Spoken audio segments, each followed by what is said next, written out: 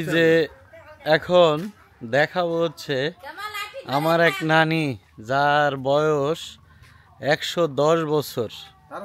এই যে 110 বা তারও বেশি বয়স, আল্লাহ তাকে এখন পর্যন্ত সুস্থ রাখছে। এটা হচ্ছে মান্দা উপজেলার, নওগাঁ জেলার মান্দা উপজেলার আমার এক নানি, এখনো আল্লাহ তাকে সুস্থ রাখছে। আমি হওয়ার পর থেকে এরকমই দেখতেছি, এরকমই আছে। নানি কেমন আছেন? ভালো আছে বাবা, আল্লাহ ভালো দিতে। আল্লাহ ভালো দিছে না? নানির এখন বয়স কত চলছে নানি?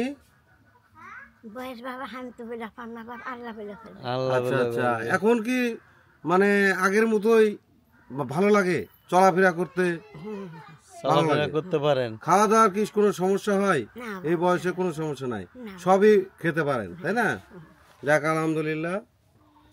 নানি এইভাবে আমরা নানিকে অনেক দিন দেখতে চাই। এ দেখেন কত সহজ সরল মানুষ। নানিকে দেখে একটা জিনিস যে কখনো আমি দেখি নাই তাকে পেরেশান হতে, এবং সবার জন্য সব সময় দোয়া করে। এই যে বলতেছে যে আমার হায়াত তোমাদেরকে দিয়ে দিলাম বাবা।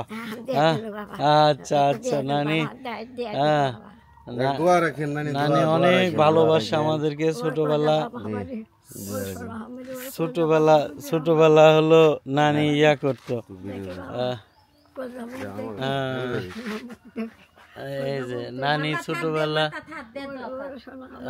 ছোটবেলা আমাকে মুড়ি খাওয়াইতো কোটা দিয়া। নানি খাইতে দিও। হ্যাঁ এই যে নানি এখন ছেলে, নানি মানে নানির পরে 5টা প্রজন্ম আছে। নানি, নানির মেয়ে, তার ছেলে, তার আবার ছেলে, তার আবার ছেলে হয়ে গেছে, মানে 5টা প্রজন্ম। আব্দুর রহমান কই? হ্যাঁ মানে আব্দুর রহমান হচ্ছে 5ম প্রজন্ম, পরিণাতি পর্যন্ত। এখন এই মানে আসলে এরকম দেখা যায় না যে 5টা প্রজন্ম পর্যন্ত টিকা আছে, এরকম খুব কম। আল্লাহ তাকে আরো হায়াত দিক। হ্যাঁ নানি ভালো থেকে না? সালাম দেন।